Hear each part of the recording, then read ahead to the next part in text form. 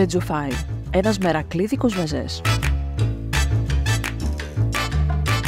Υλικά: 600 γραμμάρια λουκάνικα, 4 πιπεριές κέρατο πράσινες, 3 πιπεριές φλωρίνες, 1 μικρή πιπεριά καυτερή, 300 γραμμάρια ντομάτες, χυμός αλλά και κομμάτια ντομάτας, 100 ml κόκκινο κρασί ή τσίπουρο, 1 κουτάλι της σούπας βούκοβο γλυκό, 1 κουταλιά της σούπας ζάχαρη, 1 κουταλιά της σούπας ξερά ανάμεικτα μυρωδικά, 60 ml ελαιόλαδο.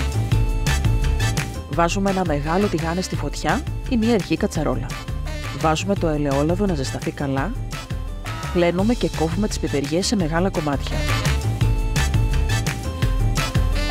Αν θέλετε να βλέπετε περισσότερες συνταγές, κάντε εγγραφή στο κανάλι του Φοντουρίσμου. Γράψτε μας στα σχόλια τις εντυπώσεις ή τις συμβουλές σας.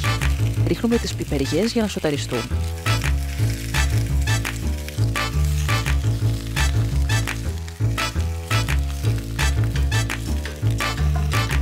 Προσθέτουμε το αλάτι, τα ξερά μυρωδικά και το βούκοβο.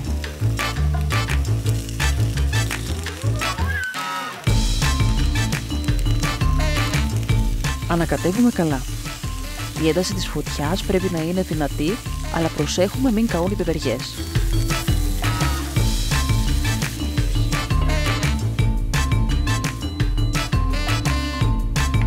Στη συνέχεια προσθέτουμε τα λουκάνικα που μπορούμε να τα κόψουμε σε μεγάλα κομμάτια ή να τα χαράξουμε.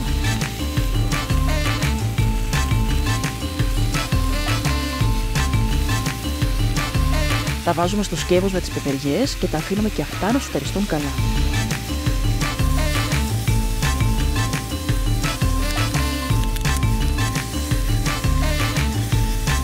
Σβήνουμε το κρασί ή το τσίπουρο. Ανακατεύουμε και αφήνουμε να εξατμιστεί το αλκοόλ. Αν θέλουμε, προσθέτουμε και λίγο λάδι ακόμη.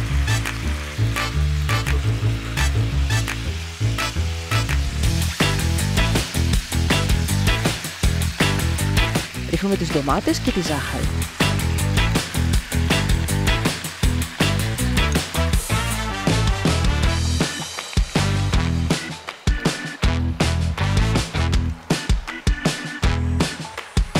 Χαμηλώνουμε τη φωτιά στο ελάχιστο και αφήνουμε το φαγητό να βράσει μέχρι να μελώσει η σάλτσα του και να μείνει με το λάδι του. Αυτό θα χρειαστεί περίπου 40 με 50 λεπτά.